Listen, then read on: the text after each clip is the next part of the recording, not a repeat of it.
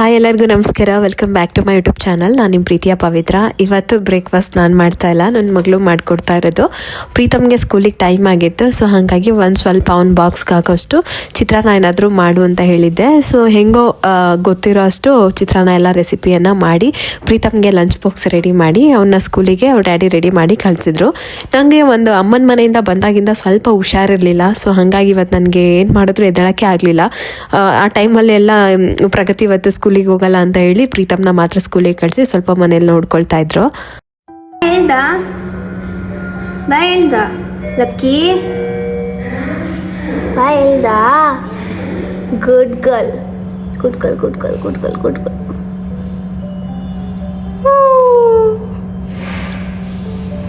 ಇಷ್ಟರಲ್ಲಿ ಆಲ್ರೆಡಿ ನನಗೆ ಒಂದು 3 ಡೇಸ್ ಆಗಿತ್ತು. ಸಂಡೇಯಿಂದ ನನಗೆ ಹುಷಾರಿರಲಿಲ್ಲ. ಸೊ 3 ದಿನದಿಂದ ಹೇಗೋ ಹಾಗೆ ಬ್ಯಾಲೆನ್ಸ್ ಆಗ್ತಾಯಿತ್ತು. ನಮ್ಮ ಮನೆಯವ್ರು ನೋಡ್ಕೊಳ್ತಾ ಇದ್ರು. ಇವತ್ತು ಪ್ರಗತಿ ಸ್ವಲ್ಪ ಮನೆಯಲ್ಲಿ ಇದ್ಕೊಂಡು ನೋಡ್ಕೊಳ್ಳೋಣ ಅಂತ. ನನಗೇನಂತಂದರೆ ಇಷ್ಟೊತ್ತಿಗೆ ಆಲ್ರೆಡಿ ನಾನು ಹುಷಾರಾಗಿದ್ದೆ. ಸ್ವಲ್ಪ ನನಗೆ ಬೆಳಗ್ಗೆ ಎದ್ದೇಳೋಕ್ಕಾಗಿರಲಿಲ್ಲ, ಸ್ವಲ್ಪ ಇದೆಲ್ಲ ನೋವು ಬಂದಂಗೆ ಆಗಿತ್ತು. ಕಫ ಜಾಸ್ತಿ, ಕೆಮ್ಮು ನೆಗಡಿ ಆ ಥರ. ವೆದರ್ ಗೊತ್ತಲ್ಲ, ತುಂಬ ಸಡನ್ಲಿ ಚೇಂಜ್ ಆಯಿತು. ನಾನು ಅಡುಗೆ ಮಾಡಿ ಊಟ ಮಾಡ್ತಿದ್ದು ನನ್ನ ಮಗಳು ಇವಾಗ ನನಗೆ ಅಡುಗೆ ಮಾಡಿಕೊಡೋಷ್ಟು ದೊಡ್ಡಳಾಗಿದ್ದಾಳೆ ಅಂದರೆ ಖುಷಿ ಆಗುತ್ತೆ. ಸಣ್ಣ ಪುಟ್ಟ ಕೆಲಸ ಎಲ್ಲ ಮಾಡ್ತಾರೆ. ಬಟ್ ನಮಗೆ ಹೆಂಗೆ ಅಂದರೆ ಹೌಸ್ ವೈಫ್ ಅಥವಾ ಮನೆಯನ್ನು ನಿಭಾಯಿಸ್ತಾ ಇರ್ತೀವಿ ಅಥವಾ ಮನೆ ಜವಾಬ್ದಾರಿ ತೊಗೊಂಡಿರ್ತೀವಲ್ಲ, ನಮಗೆ ನಮ್ಮ ಕೆಲಸ ನಾವು ಮಾಡಿದ್ರೇ ಕರೆಕ್ಟ್ ಅಂತ ಅನಿಸುತ್ತೆ. ಮತ್ತು ಇವ್ರಿಗೆ ಅಷ್ಟು ನೀಟಾಗಿ ಗೊತ್ತಾಗೋದು ಇಲ್ಲ ಯಾವುದನ್ನ ಹೆಂಗೆ ಇಟ್ಕೋಬೇಕು, ಯಾವುದನ್ನ ಎಷ್ಟು ಕ್ಲೀನಾಗಿ ಇಟ್ಕೋಬೇಕು ಅಂತ. ಸೊ ಅವ್ರಿಗಾದಷ್ಟು ಒಂದು 3-4 ಡೇಸ್ ಅಪ್ಪ ಮಗಳು ಇಬ್ಬರೇ ಬ್ಯಾಲೆನ್ಸ್ ಮಾಡ್ಕೊಂಡಿದ್ರು. ನಾನು ಎದ್ದೇ ಇಲ್ಲ, ಆರಾಮಾಗಿ ಮಲಗಿದ್ದೆ. ಊಟ ಮಾಡಿಕೊಡ್ತಾಯಿದ್ರು, ಊಟ ಮಾಡ್ತಾಯಿದ್ದೆ ಅಷ್ಟೇ. ಸೊ ಬೆಳಗ್ಗೆ ಎದ್ದ ತಕ್ಷಣ ನಮ್ಮ ಮನೆಯವರು ಟೀ ಮಾಡಿಕೊಟ್ಬಿಟ್ಟು ಹೋಗಿದ್ರು. ನನ್ನ ಮಗಳು ಬ್ರೇಕ್ಫಾಸ್ಟ್ ಹಾಕಿಟ್ಲು. ಸೊ ಮಧ್ಯಾಹ್ನದಷ್ಟೊತ್ತಿಗೆ ಇವ್ರ ಕೆಲಸ ಎಲ್ಲ ನೋಡಿ ನನಗೂ ಸಾಕಾಗಿ ನಾನು ಆರಾಮಾಗಿ ಹುಷಾರಾಗಿ ಎದ್ದು ಇಲ್ಲ ಇನ್ಮೇಲೆ ಕೆಲಸ ಮಾಡ್ಕೋಬೇಕು ಅಂತ ಎದ್ದು ಕೆಲಸ ಮಾಡೋಕ್ಕೆ ಸ್ಟಾರ್ಟ್ ಮಾಡಿದೆ. ಯಾಕೆಂದರೆ ಅಡುಗೆ ಮನೆ ಎಲ್ಲ ನೋಡಿ ಸಖತ್ತು ಬೇಜಾರಾಗೋಯ್ತು. ಅವ್ರಿಗೆ ಅನಿಸುತ್ತೆ ತುಂಬ ಕ್ಲೀನಾಗಿದೆ, ನೀಟಾಗಿ ಇಟ್ಕೊಂಡಿದ್ದೀವಲ್ಲ, ಏನಾಗಿದೆ ಎಲ್ಲ ತುಂಬ ಕ್ಲೀನಾಗಿದೆಯಲ್ಲ ಅಂತ ಹೇಳಿ. ಅಂದರೆ ಎವ್ರಿ ಡೇ ಕ್ಲೀನ್ ಮಾಡ್ತೀವಲ್ಲ, ಆ ಜವಾಬ್ದಾರಿ ನಮಗಿರೋ ಅಷ್ಟು ಬೇರೆ ಯಾರಿಗೂ ಬರೋದಿಲ್ಲ. ಅದು ಮಗಳೇ ಆಗಿರ್ಬೋದು ಅಥವಾ ಈಗ ಒಂದು ಎಕ್ಸಾಂಪಲ್ ನಮ್ಮ ಅಮ್ಮನೇ ಬಂದು ಮಾಡ್ತೀನಿ ಅಂದ್ರೂ ನಾನು ಮಾಡೋ ಥರ ಅವ್ರ ಕೈಲಿ ಮಾಡೋಕ್ಕಾಗಲ್ಲ. ಸೊ ಅವ್ರನ್ನ ಬ್ಲೇಮ್ ಮಾಡೋದು ಸುಳ್ಳಾಗೈತೆ, ತಪ್ಪಾಗೈತೆ. ನಾವೇನು ಮಾಡ್ತೀವಿ ನಮ್ಮನೆ ಕೆಲಸ ಅದು 100% ನಮಗೆ ಮಾತ್ರ ಗೊತ್ತಿರುತ್ತೆ. ಸೊ ಹಾಗಾಗಿ ಅವ್ರಿಗೆ ಮೇಲೆ ಕ್ಲೀನ್ ಅನ್ಸಿದ್ರು ಡೀಪ್ ಕ್ಲೀನ್ ಅಂತ ನಮ್ಗೆ ಅನ್ಸೋದೇ ಇಲ್ಲ. ಇನ್ನು ನಾನು ತುಳಸಿ ಗಿಡದಲ್ಲಿ ಇದು ಬಂದಿತ್ತು. ಇದನ್ನು ನೀವೇನಂತೀರ, ಗಾಣಿಕೆ ಸೊಪ್ಪು ಅಂತ ಹೇಳ್ತೀವಿ, ಗಾಣಿಕೆ ಹಣ್ಣು ಅಂತ ಹೇಳ್ತೀವಿ. ಇದು ತುಂಬ ಚೆನ್ನಾಗಿರುತ್ತೆ. ನಾವು ಚಿಕ್ಕವರಲ್ಲಿ ಕೆಂಪು ಗಾಣಿಕೆ ಹಣ್ಣು ಮತ್ತು ಕಪ್ಪು ಎರಡನ್ನೂ ತಿಂತಾ ಇದ್ವಿ. ಕಪ್ಪುದು ಚೆನ್ನಾಗಿರುತ್ತೆ, ಕೆಂಪುದು ಒಂದು ಸ್ವಲ್ಪ ಹುಳಿ ಅನಿಸುತ್ತೆ, ಅದು ಟೇಸ್ಟ್ ಚೆನ್ನಾಗಿರುತ್ತೆ. ಸೊ ಅದಕ್ಕೆ ನಾನು ಡಿಸೈಡ್ ಮಾಡಿದೆ, ಇಲ್ಲ ಇನ್ನೂ ಮಲ್ಕೊಂಡ್ರೆ ಆಗೋದಿಲ್ಲ ಅಂತೇಳಿ ಬೇಗ ಎದ್ದುಬಿಟ್ಟು ಫ್ರೆಶ್ ಅಪ್ ಆಗೋಣ ಅಂತ. ಸೊ ನಮ್ಮ ಮನೆ ಪರಿಸ್ಥಿತಿ ನೋಡಿದ್ರೆ ನೀವೇನಂತಿರೋ ಗೊತ್ತಿಲ್ಲ. ಕೇಳಿದ್ರೆ ಎಲ್ಲ ಕ್ಲೀನಾಗೇ ಇದೆಯಲ್ಲ, ಎಲ್ಲ ಚೆನ್ನಾಗೇ ಇದೆಯಲ್ಲ ಅಂತ ಹೇಳ್ತಾರೆ. ನನಗೆ ಹಾಗೇ ಇದ್ದಿದ್ದಿಲ್ಲ. 3 ಡೇಸ್ ಹೇಗಾದರೂ ಮಲಗಿದ್ನೋ ಅನಿಸ್ತು. ಸರಿ ಬೇಗ ಎದ್ಬಿಟ್ಟೆಲ್ಲ ಕ್ಲೀನ್ ಮಾಡ್ಕೊಳ್ಳೋಣ ಅಂತ. ಇದು ತಂದಾಗಿಂದ ಆ ಕವರ್ ನಾನು ತೆಗ್ದಿರಲಿಲ್ಲ. ನನ್ನ ಮಗ ಇವಾಗ ನಾನು ಬೆಡ್ ರೆಸ್ಟಲ್ಲಿದ್ದೆ ಅಂತ ಹೇಳ್ಬಿಟ್ಟು ಆರಾಮಾಗಿ ಎಲ್ಲ ಕಿತ್ತು ಎಲ್ಲ ಇದು ಮಾಡಿಟ್ಟಿದ್ದ. ಸರಿ ಇನ್ನೇನಕ್ಕೆ ಅಂತ ಹೇಳ್ಬಿಟ್ಟು ನಾನೆಲ್ಲ ಓಪನ್ ಮಾಡಿ ಬಿಸಾಕ್ತೆ. ಸೊ ಈ ರೀತಿಯಾಗಿದೆ ನಮ್ಮ ಮನೆ ಪರಿಸ್ಥಿತಿ. 3 ಡೇಸಿಂದ ಆ ಸೊಪ್ಪು ಅಲ್ಲೇ ಇದೆ, ಆ ಶುಂಠಿ ಅಲ್ಲೇ ಇದೆ. ಪಾಲಕ್ ಸೊಪ್ಪು ತಂದಿದ್ರು ನಾನು ಅಮ್ಮನ ಮನೆಯಿಂದ ಬಂದಾಗ, ಅದು ಅಲ್ಲೇ ಇತ್ತು. ಮಿಕ್ಸಿ ಅಲ್ಲೇ ಇರುತ್ತೆ. ಸೊ ಇದು ಒಟ್ಟಿನಲ್ಲಿ ಅವ್ರಿಗೇನಂದರೆ ಕ್ಲೀನಾಗಿದೆಯಲ್ಲ ಅನ್ನೋ ಒಂದು ಮೈಂಡ್ಸೆಟ್ಟಲ್ಲಿ ಇರ್ತಾರೆ. ಸೊ ಈ ಥರ ನಮಗೆ ಕ್ಲೀನ್ ಮಾಡೋದಕ್ಕಾಗೋದಿಲ್ಲ. ಅದು ಬಂದು ನಾನು ಹೇಳೋ ಪ್ರಕಾರ ನಿಮಗೂ ಹಾಗೆ ಅನಿಸಿರುತ್ತೆ. ನಮ್ಮ ಮನೆಯಲ್ಲಿ ನಾವು ಕ್ಲೀನ್ ಮಾಡಿದಷ್ಟು ಬೇರೆ ಯಾರಿಗೂ ಕ್ಲೀನ್ ಮಾಡೋಕ್ಕಾಗಲ್ಲ. ಓನರ್, ಹೋಮ್ ಮೇಕರ್ ಅಥವಾ ಮನೆಯ ಇನ್ಚಾರ್ಜ್ ಯಾರು ತೊಗೊಂಡಿರ್ತಾರೋ ಅವ್ರಿಗೆ ಮಾತ್ರ ಅದು ಡೀಪ್ ಕ್ಲೀನಿಂಗ್ ಅರ್ಥ ಆಗುತ್ತೆ. ಸ್ಟೆಪ್ ಬೈ ಸ್ಟೆಪ್ ಎಲ್ಲನೂ ಕ್ಲೀನ್ ಮಾಡ್ಕೊಂಡು ಬಿಡೋಣ. ಇನ್ನು ಮನೆ ಇದೇ ಥರ ಇದ್ದರೆ ನನಗೆ ಸ್ವಲ್ಪ ಶಾರ್ಟ್ ಟೆಂಪರ್ ಆಗಿಬಿಡುತ್ತೆ, ಗೊತ್ತಿಲ್ಲ. ಸ್ವಲ್ಪ ಕ್ಲೀನಾಗಿರಬೇಕು, ಆವಾಗಲೇ ನನಗೂ ಒಂಥರ ಪೀಸ್ಫುಲ್ ಮೈಂಡ್ ಇರುತ್ತೆ.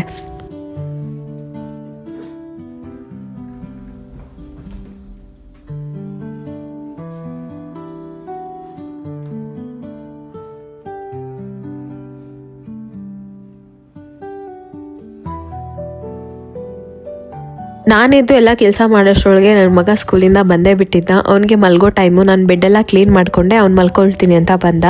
ಸರಿ ಅವನ್ನ ಮಲಗಿಸ್ಬಿಟ್ಟೆ ನೆಕ್ಸ್ಟ್ ಕೆಲಸ ಮಾಡ್ಕೊಳ್ಳೋಣ, ಇಲ್ಲ ಅಂತಂದರೆ ಅವನು ಸುಮ್ಮನೆ ಡಿಸ್ಟರ್ಬ್ ಮಾಡ್ತಾ ಇರ್ತಾನೆ ಅಂತೇಳಿ ಅವನ್ನ ಮಲಗಿಸ್ಬಿಟ್ಟೆ. ಅವ್ನು ಮಲಗಬೇಕಾದ್ರೆ ನನ್ನ ಜೊತೆ ಮಲಗ್ತಾನೆ, ನೀನು ಬಂದು ಮಲ್ಕೊ ಮಮ್ಮಿ ಅಂತ ಹೇಳಿ.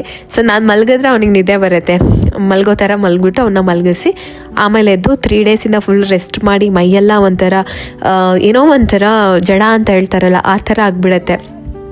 ಅದು ಮತ್ತೆ ಇವಾಗ ಮತ್ತೆ ಕೆಲಸ ಮಾಡ್ತಾನೆ ಫ್ರೀ ಆಗೋದು ಬಾಡಿ. ಸರಿ ಅಂತ ಹೇಳ್ಬಿಟ್ಟು ಎಲ್ಲ ಕೆಲಸ ಮಾಡ್ಕೊಂಬಿಡೋಣ, ನಾಳೆಯಿಂದ ಮತ್ತೆ ರೆಗ್ಯುಲರ್ ರೊಟೀನ್ ಸ್ಟಾರ್ಟ್ ಆಗುತ್ತೆ. ಸೊ ಅದಕ್ಕೆ ಅಡ್ಜಸ್ಟ್ ಆಗಬೇಕಂತಂದರೆ ಇವತ್ತು ಕ್ಲೀನಿಂಗ್ ಎಲ್ಲ ಆಗಿಬಿಡ್ಬೇಕಂತ ಹೇಳಿ ಎಲ್ಲ ಕ್ಲೀನಿಂಗ್ನು ಶುರು ಮಾಡಿಕೊಂಡೆ. ಮೊದಲಿಗೆ ಅಡುಗೆ ಮನೆ ಶೆಲ್ಫ್ ಎಲ್ಲ ಕ್ಲೀನ್ ಮಾಡ್ಕೊಂಡು ಬಿಡೋಣ ಅಂತ. ನಾನು ಹೆಂಗೆ ಅಂತಂದರೆ ಬಟ್ಟೆನ ನೀರಾಗಿ ಜಾಲಿಸಿ ಕ್ಲೀನಾಗಿರೋ ಬಟ್ಟೆಯಲ್ಲಿ ಶೆಲ್ಫ್ ಒರೆಸ್ತೀನಿ. ಅದರಿಂದ ಮಾರ್ಕ್ ಎಲ್ಲ ಬೀಳೋದಿಲ್ಲ. ಒರೆಸ್ದಾಗ ನಂಗೆ ಅದ್ರ ಮೇಲೆ ಮಾರ್ಕು ಪಟ್ಟೆ ಲೈನ್ ಬಂದರೆ ಇಷ್ಟ ಆಗೋದಿಲ್ಲ. ಒಂದ್ಸರಿ ನಾವು ಬಟ್ಟೆ ತೊಗೊಂಡು ಒರೆಸಿದ್ರೆ ಆ ಶೆಲ್ಫ್ ಏನಿದೆಯೋ ಅದು ನೀಟಾಗಿ ಕ್ಲೀನಾಗಿ ಬಿಡಬೇಕು, ಆ ಥರ ನನಗಿಷ್ಟ. ಇನ್ನು ಮನೇಲಿ ನಾನು ಲಾಸ್ಟ್ ಟೈಮು ಪಾತ್ರೆ ತೊಳೆಯೋದಕ್ಕೆ ಮನೇಲೇ ಡಿಶ್ ವಾಷರ್ ರೆಡಿ ಮಾಡ್ಕೊಳ್ಳೋಣ ಅಂತೇಳಿ ನಿಂಬೆಹಣ್ಣು ಮತ್ತು ನಿಂಬೆಹಣ್ಣಿನ ಸಿಪ್ಪೆ ಏನಿದೆಯಲ್ಲ ಅದನ್ನೆಲ್ಲ ನಾನು 1 ಲೀಟರ್ ನೀರಲ್ಲಿ ನಿಂಬೆಹಣ್ಣು ಸಿಪ್ಪೆ, ಅದಕ್ಕೆ ಸ್ವಲ್ಪ ಬೆಲ್ಲ, ಉಪ್ಪು ಹಾಕಿ ಒಂದು 10 ಡೇಸ್ ಅದನ್ನು ಹಾಗೆ ಬಿಟ್ಟಿದೆ. ಸೊ ಅದರೊಳಗೆ ಸಿಟ್ರಸ್ ಏನಿದೆಯಲ್ಲ ಎಲ್ಲ ರಿಲೀಸ್ ಆಗಿ ಒಂದು ಎನ್ಸೈಮ್ ರೆಡಿ ಆಗುತ್ತೆ. ಸೊ ಅದರಿಂದ ಡಿಶ್ ವಾಶ್ ಮಾಡೋದಕ್ಕೆ ತುಂಬ ಚೆನ್ನಾಗಾಗುತ್ತೆ ಅಂತ ಹೇಳ್ಬಿಟ್ಟು ಅದು ಕೂಡ ರೆಡಿ ಆಗಿದೆ, ಅದನ್ನು ಮಾಡ್ಕೋಬೇಕು.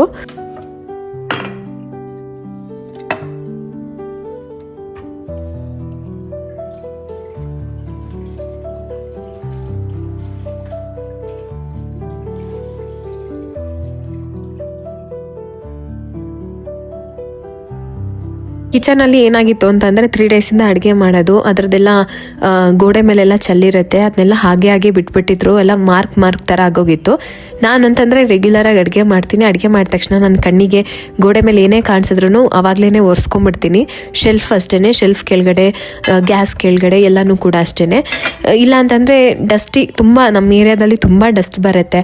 ಡೈಲಿ ಅದನ್ನು ಅವಾಗವಾಗ ಕ್ಲೀನ್ ಮಾಡ್ಕೊಂಡಿಲ್ಲ ಅಂದರೆ ಡಸ್ಟ್ ಹೋಗೆಲ್ಲ ಕಲೆಕ್ಟ್ ಆಗುತ್ತಲ್ಲ, ಸೊ ಅದು ನೋಡೋದಕ್ಕೆ ಚೆನ್ನಾಗಿರಲ್ಲ. ಎಲೆ ಮೇಲೆಲ್ಲ ನೋಡಿ ಎಷ್ಟು ಡಸ್ಟ್ ಇದೆ, ಅದನ್ನೆಲ್ಲ ಕ್ಲೀನಾಗಿ ಒರೆಸ್ಕೊಂಡ್ರೆ ಆ ಥರ ಇಟ್ಟರೆ ಅದು ನೀಟಾಗಿ ಕಾಣಿಸುತ್ತೆ ಮತ್ತು ಚೆನ್ನಾಗೂ ಅನಿಸುತ್ತೆ ಅವಾಗವಾಗ ಕ್ಲೀನ್ ಮಾಡಿಕೊಂಡ್ರೆ. ಇಲ್ಲ ಹಾಗೆ ಬಿಟ್ಬಿಟ್ರೆ ಎಲ್ಲ ಸಂದಿಲ್ ಧೂಳು ಹಂಗೆ ಕೂತ್ಕೊಂಡ್ಬಿಡುತ್ತೆ. ಹಾಗಾಗಿ ಎಲ್ಲ ಮಾಡ್ತಾ ಇದ್ದೀನಿ ಅಂದ್ಬಿಟ್ಟು ಇಡೀ ಶೆಲ್ಫ್ ಎಲ್ಲ, ಅಂದರೆ ಇದು ಸಣ್ಣ ಕಿಚನ್, ಸೊ ಹಾಗಾಗಿ ತುಂಬ ಟೈಮ್ ಏನು ತೊಗೊಳ್ಳಲ್ಲ. ನೀಟಾಗಿ ಮಾಡ್ತೀನಿ ಅಂತ ಅಂದ್ಕೊಂಡು ಮಾಡಿದರೆ ಆರಾಮಾಗಿ ಮಾಡ್ಬೋದು. ಬಟ್ ಮನೇಲಿರೋರು ಇನ್ನೂ ಚಿಕ್ಕವರು ಮತ್ತು ನನ್ನ ಹಸ್ಬೆಂಡ್ಗೆ ಅಷ್ಟು ಗೊತ್ತಾಗಲ್ಲ. ಸೊ ಹಾಗಾಗಿ ಎಲ್ಲ 3 ಡೇಸಲ್ಲಿ ನನಗೆ ಫುಲ್ ಕೆಲಸ ಮಾಡೋ ಥರ ಮಾಡಿಟ್ಟಿದ್ರು. ಇನ್ನು ಸೋಪ್ ನಟ್ನ ನೈಟೇ ನೆನೆಸಿಟ್ಟಿದೆ. ಆ ಸೋಪ್ ನಟ್ ಏನಿದೆ ಅಲ್ವಾ, ಚೆನ್ನಾಗಿ ನೆಂದ ಮೇಲೆ ಸ್ವಲ್ಪ ಬಿಸಿ ಮಾಡಿದರೆ ಆ ಬೀಜ ತೆಗೆಯೋದಕ್ಕೆ ಈಸಿ ಆಗುತ್ತೆ. ಇದು ಸ್ಮೆಲ್ ತುಂಬ ಚೆನ್ನಾಗಿರುತ್ತೆ, ನಿಂಬೆಹಣ್ಣು ಥರನೇ ಬರುತ್ತೆ. ಅದನ್ನು ಸೋಸ್ಬಿಟ್ಟು ಸಿಪ್ಪೆನೆಲ್ಲ ತೆಗೆದು ಬಿಸಾಕೋದು. ಇದೇ ನೀರು ಸಾಕು. ಇದರೊಳಗೆ ನಾವು ಗ್ಯಾಸ್, ಮಿರರ್ ಮತ್ತು ಪಾತ್ರೆನೂ ಕೂಡ ತೊಳ್ಕೊಬೋದು. ಇನ್ನೊಂದು ಬ್ಯಾಚ್ಗೆ ನಾನು ಆಲ್ರೆಡಿ ಮಾಡಿಟ್ಟಿದ್ದೀನಿ. ಇದು ಖಾಲಿ ಆದ ತಕ್ಷಣ ಅದಾಗುತ್ತೆ. ಅದು ಖಾಲಿ ಆಗೋಕ್ಕೆ ಮುಂಚೆಗೇ ಇನ್ನೊಂದನ್ನು ರೆಡಿ ಮಾಡಿ ಇಟ್ಕೊಂಡ್ರೆ ಆಗುತ್ತೆ. ಸೊ ನೋಡೋಣ ನೆಕ್ಸ್ಟ್ ಇದೇನಾದರೂ ಬೆಟರಾಗಿ ವರ್ಕ್ ಆದರೆ ಡಿಶ್ ವಾಷರ್ ತೊಗೊಳ್ಳೋದು ಬೇಡ ಅಂತ. ಗ್ಯಾಸ್ ಸ್ಟವ್ ತುಂಬ ಚೆನ್ನಾಗಿ ಕ್ಲೀನಾಗಿತ್ತು, ಸೊ ಬೆಸ್ಟ್ ಅಂತ ಅನಿಸುತ್ತೆ. ನಮಗೇನಂತಂದರೆ ಆ ನೊರೆ ಬರಲಿಲ್ಲ ಅಂದರೂ ಪರವಾಗಿಲ್ಲ, ಕ್ಲೀನ್ ಆದರೆ ಓಕೆನೇ. ಈ ಅಭ್ಯಾಸ ಆಗಿಬಿಟ್ಟಿದೆಯಲ್ಲ, ನೊರೆ ಬಂದರೆ ಪಾತ್ರೆ ಕ್ಲೀನ್ ಆಗುತ್ತೆ, ನೊರೆ ಬಂದರೆ ನಮಗೆ ಹೇರ್ ವಾಶ್ ಚೆನ್ನಾಗಾಗಿದೆ, ಅದು ಚೆನ್ನಾಗಿ ಅಭ್ಯಾಸ ಆಗಿಬಿಟ್ಟು ಅದೇ ಬೇಕನ್ಸುತ್ತೆ. ಹಂಗಾಗಿ ನಾನು ಸ್ವಲ್ಪ ಸೋಪ್ ನಟ್ ಹಾಕಿದೆ, ಅದರಲ್ಲಿ ಸ್ವಲ್ಪ ನೊರೆ ಬರುತ್ತೆ. ಆ ನೊರೆ ಬರೋದ್ರಿಂದ ಪಾತ್ರೆ ತೊಳೆದಾಗ ನಮಗೂ ಒಂದು ಫೀಲ್ ಆಗುತ್ತೆ, ಆ ಪಾತ್ರೆ ಚೆನ್ನಾಗಿ ಕ್ಲೀನ್ ಆಗ್ತಾ ಇದೆ ಅಂತ. ಸೊ ಇದು ತುಂಬ ಚೆನ್ನಾಗಿ ವರ್ಕ್ ಆಗ್ತಾ ಇದೆ. ನೋಡೋಣ ನೆಕ್ಸ್ಟ್ ಇನ್ನೂ ಚೆನ್ನಾಗಾದರೆ ನಾನು ಡೀಟೇಲ್ ರೆಸಿಪಿಯನ್ನು ಹಾಕ್ತೀನಿ, ಹಿಂಗೆ ನಾನು ಡಿಶ್ ವಾಷರ್ ಮಾಡಿಕೊಂಡೆ ಅಂತ. ತುಂಬ ಒಂಥರ ಕೆಮ್ಮು ಅದೆಲ್ಲ ಆದಾಗ ಗಾಣಿಗೆ ಸೊಪ್ಪಿಂದ ಹಾಲು ಸಾರು ಮಾಡ್ಕೊಂಡು ಕುಡಿದ್ರೆ ತುಂಬ ಒಳ್ಳೆಯದು. ಕುಡಿಯೋದಲ್ಲ, ಊಟ ಮಾಡಿದ್ರೆ.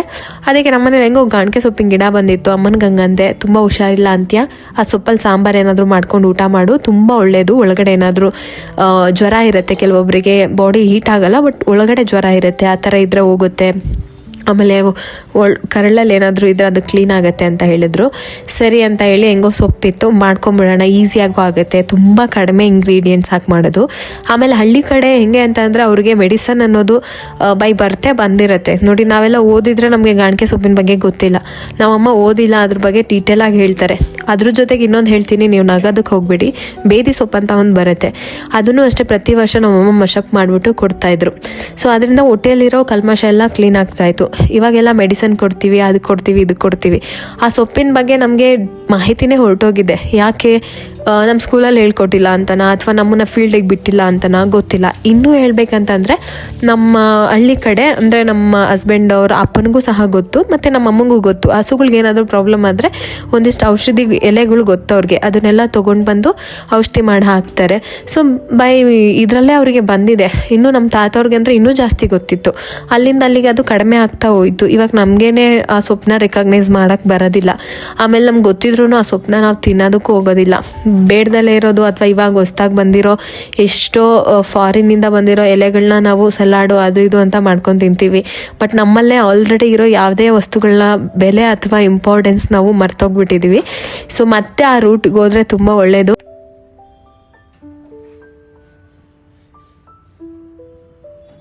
3 ಡೇಸಿಂದ ಒಂದು ಟ್ಯಾಬ್ಲೆಟ್ ತೊಗೊಂಡಿಲ್ಲ, ಒಂದು ಮಾತ್ರೆ ತೊಗೊಂಡಿಲ್ಲ, ಹಾಸ್ಪಿಟಲ್ಗೆ ಹೋಗಿಲ್ಲ. ಗೊತ್ತಿಲ್ಲ ಅದು ರಿಕವರ್ ಆಗುತ್ತೆ ಅಂತೇಳಿ ಜಸ್ಟ್ ರೆಸ್ಟ್ ಅಷ್ಟೇ ಕೊಟ್ಟಿದ್ದೀನಿ ನನ್ನ ಬಾಡಿಗೆ. ಸೊ ಒಂದು 3 ಡೇಸ್ ಆದಮೇಲೆ ನಾನು ಆರಾಮಾಗಿದ್ದೀನಿ. ಇವಾಗ ಸ್ವಲ್ಪ ಅದು ಕೆಮ್ಮು ಅಷ್ಟು ಬೇಗ ಹೋಗೋದಿಲ್ಲ, ಅದಕ್ಕೆ ಅಂತ ನಾನು ಕಷಾಯ ಎಲ್ಲ ಮಾಡ್ಕೊಂಡು ಕುಡಿದೆ. ಸೊ ಇವಾಗ ರಿಲೀಫ್ ಆಗಿದೆ, ಬಟ್ ಎನರ್ಜಿ ಕೂಡ ಬಂದಿದೆ. ನಿನ್ನೆಯಿಂದ ಸ್ವಲ್ಪ ಕೆಲಸ ಮಾಡೋಕ್ಕಾಗ್ತಾ ಇರಲಿಲ್ಲ. ಸರಿ ಮಲ್ಕೊಳ್ಳೋಣ ಅನಿಸ್ತಾ ಇತ್ತು ಚಳಿಗೂ ಅದಕ್ಕೂ. ಓಕೆ, ನಾನು ವರ್ಷ ಪೂರ್ತಿ ಕೆಲಸ ಮಾಡ್ತೀನಿ, ನಂಗೆ ವರ್ಷಕ್ಕೆ ಒಂದು ಸರಿ ಈ ಥರ ಏನಾದರೂ ಆಗುತ್ತೆ. ವರ್ಷಕ್ಕೆ ಒಂದು ಸರಿ ನಾನು 3 ಡೇಸ್ 4 ಡೇಸ್ ಮಲಗ್ತೀನಿ ಅಷ್ಟೇ, ಬಿಟ್ಟರೆ ಬೇರೆ ಏನಿಲ್ಲ. ಇಲ್ಲ ಸಣ್ಣ ತಲೆನೋವು ಬರುತ್ತೆ, ಅದು ಬಿಟ್ಟರೆ ನಾನು ಆರೋಗ್ಯವಾಗೇ ಇದ್ದೀನಿ. ಸೊ ಇದಿಷ್ಟು ನಮ್ಮಮ್ಮ ಫೋನಲ್ಲಿ ಹೇಳ್ತಾ ಇದ್ದಲ್ಲ, ಅವಾಗ ನನಗೆ ಅದೆಲ್ಲ ಅನಿಸ್ತು, ಯಾಕೆ ನಾವು ಅದನ್ನು ಮುಂದುವರಿಸಲಿಲ್ಲ, ಅಥವಾ ನಮ್ಗೆ ಯಾಕೆ ಆ ವಿದ್ಯೆ ಬರಲಿಲ್ಲ, ಯಾಕೆ ನಾವು ಮರೆತುಬಿಟ್ವಿ ಅಂತ. ಇನ್ನೂ ಸುಮಾರು ಸೊಪ್ಪುಗಳ ಹೆಸರೆಲ್ಲ ಹೇಳ್ತಾರೆ ನಮ್ಮಮ್ಮ, ಅದೆಲ್ಲ ತುಂಬ ಒಳ್ಳೆಯದು ಅಂತ. ಬಟ್ ಅವ್ರಿಗೂ ಮರಿತಾ ಇದ್ದಾರೆ, ನಮಗೆ ಹೇಳಿಲ್ಲ ನೋಡಿ, ಅವರಲ್ಲೇ ಇತ್ತದು. ನಮ್ಗೆ ಹೇಳೋ ಅಂಥ ಪರಿಸ್ಥಿತಿ ಬರಲಿಲ್ಲ, ಹಾಗಾಗಿ ನಮ್ಗೆ ಹೇಳಲಿಲ್ಲ. ಇವಾಗ ಕೆಲವೊಂದು ಹೇಳ್ತಾರೆ, ಬಾಣಂತಿ ಸನ್ನಿಗೆ ಒಂದು ಸೊಪ್ಪಿನ ಎಲೆ ಹೇಳ್ತಾರೆ, ಅದನ್ನು ಕಿವಿಲಿ ಇಟ್ಕೊಂಡ್ರೆ ಆ ಸನ್ನಿ ಅಂದರೆ ಶೀತ ಏನಿದೆ ಅದನ್ನೆಲ್ಲ ತೆಗೆಯುತ್ತೆ ಅಂತ. ಬಟ್ ಈಗಿನ ಕಾಲದವ್ರು ತುಂಬ ನೆಗ್ಲೆಕ್ಟ್ ಮಾಡ್ತಾ ಇದ್ದಾರೆ. ಯಾಕೆ ಅಂತಂದರೆ ಮೆಡಿಸನ್ನು ಲಾಸ್ಟ್ ಅವಾಗ ಹೆಂಗಿತ್ತೋ ಜನ್ರೇಷನಲ್ಲಿ ಆ ಥರ ಇಲ್ಲ. ಈಗ ತುಂಬ ಟೆಕ್ನಾಲಜಿ ಮುಂದಕ್ಕೆ ಹೋಗಿದೆ, ಮೆಡಿಸನ್ ಬಂದಿದೆ, ನಾವು ಹಂಗಿರ್ಬೇಕನ್ನೋ ಅವಶ್ಯಕತೆ ಇಲ್ಲ. ಕಾಲ ಬದಲಾಗಿದೆ, ಕಾಲ ಏನೂ ಬದಲಾಗಿಲ್ಲ, ಜನ ಬದಲಾಗಿರೋದು. ತಿಳ್ಕೊಳ್ಳಿ ಅದನ್ನು, ಬಾಣಂತನ ಮಾಡಿಸ್ಕೊಳ್ಳಿ. ಆಮೇಲೆ ಆ ಟೈಮಲ್ಲಿ ನೀವು ತುಂಬ ಚೆನ್ನಾಗಿದ್ದರೆ ನಿಮ್ಮ ಆರೋಗ್ಯ ಆಮೇಲೆ ಲೈಫ್ ಲಾಂಗ್ ಚೆನ್ನಾಗಿರುತ್ತೆ. ಇದು ನಮ್ಮ ಅಜ್ಜಿ ಕಾಲದಿಂದನೂ ಬಂದಿರೋದು. ಹಾಗಾಗಿ ಫುಡ್ಡು ಗಿಡ್ಡು ಅದೆಲ್ಲ ಹೇಳಕ್ಕೆ ಹೋಗಬೇಡಿ, ಅದು ಇರಲಿ, ಅದೇನಿದೆಯೋ ಅದಕ್ಕೆ ಹೊಂದ್ಕೊಂಡು ಹೋಗುತ್ತೆ ದೇಹ. ಇವಾಗಿರೋ ಫುಡ್ಡಿಗೆ ಏನಾದರೂ ಹೇಳಕ್ಕೆ ಹೋದರೆ ಇದು ಪರಿಹಾರ ಆಗದಲ್ಲೇ ಇರೋ ಸಮಸ್ಯೆ. ಸೊ ಅದ್ರ ಬಗ್ಗೆ ಜಾಸ್ತಿ ಮಾತಾಡಿದ್ರೆ ಮತ್ತೆ ನೀವು ನನಗೆ ಏನಾದರೂ ಹೇಳಕ್ಕೆ ಸ್ಟಾರ್ಟ್ ಮಾಡ್ತೀರಾ. ಸೊ ಅದೆಲ್ಲ ಇದ್ದಿದೆ.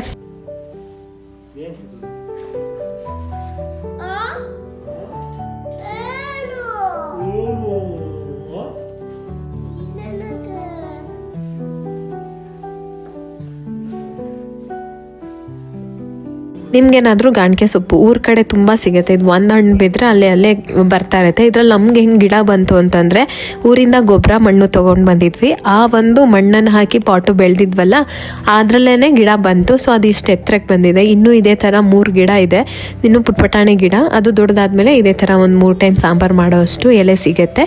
ಸೊ ಬರೀ ಎಲೆ ಕಿತ್ಕೊಂಡ್ರು ಆಯಿತು, ಅದು ಮತ್ತೆ ಚಿಗುರು ಬಂದರೆ ಮತ್ತೆ ಇದು ನೆಕ್ಸ್ಟ್ ಟೈಮ್ ಯೂಸ್ ಮಾಡ್ಕೋಬೋದು.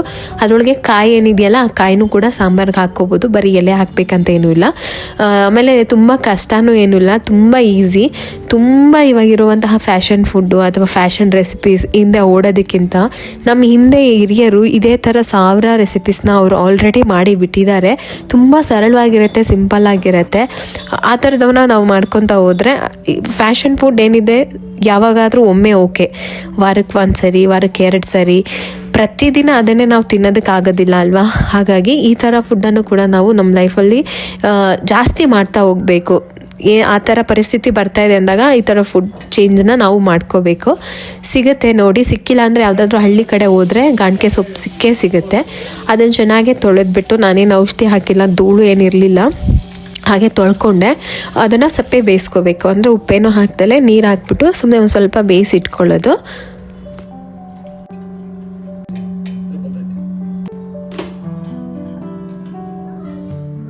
ಅಲ್ಲಿಂದ ನನ್ನ ಹಸ್ಬೆಂಡು ಸ್ವಲ್ಪ ಟೀ ಮಾಡಿಕೊಟ್ರು. ನಾನು ಸಾಂಬಾರಿಗೆಲ್ಲ ರೆಡಿ ಮಾಡ್ಕೊಳ್ತಾ ಇದ್ದೆ.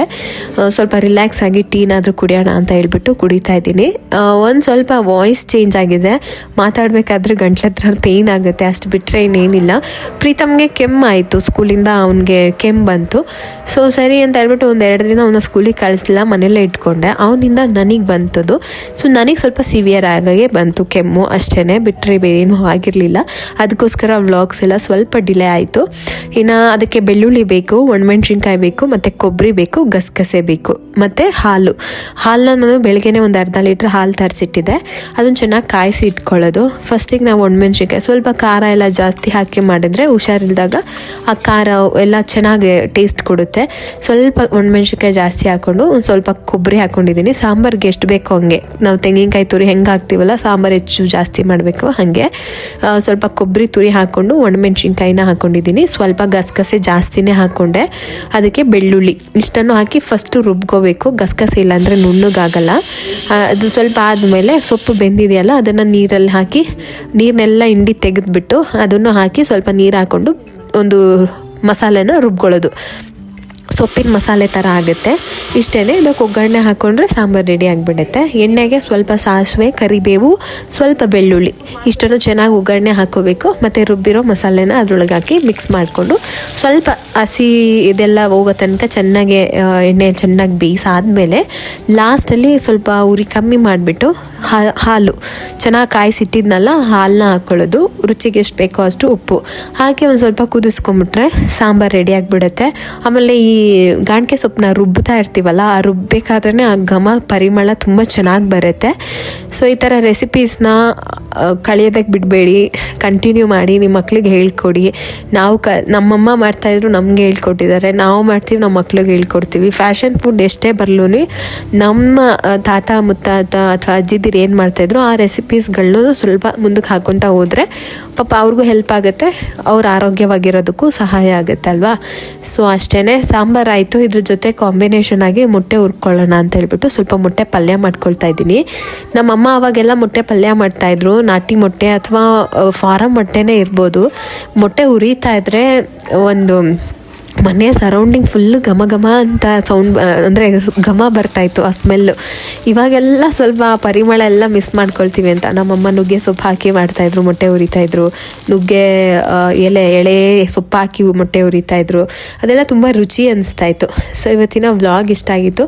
ಖಂಡಿತ ಈ ರೆಸಿಪಿಯನ್ನು ನೀವು ಟ್ರೈ ಮಾಡಿ. ನೆಕ್ಸ್ಟ್ ವ್ಲಾಗಲ್ಲಿ ಮತ್ತೆ ಸಿಗ್ತೀನಿ. ಅಲ್ಲಿವರೆಗೂ ಟೇಕ್ ಕೇರ್, ಬಾಯ್.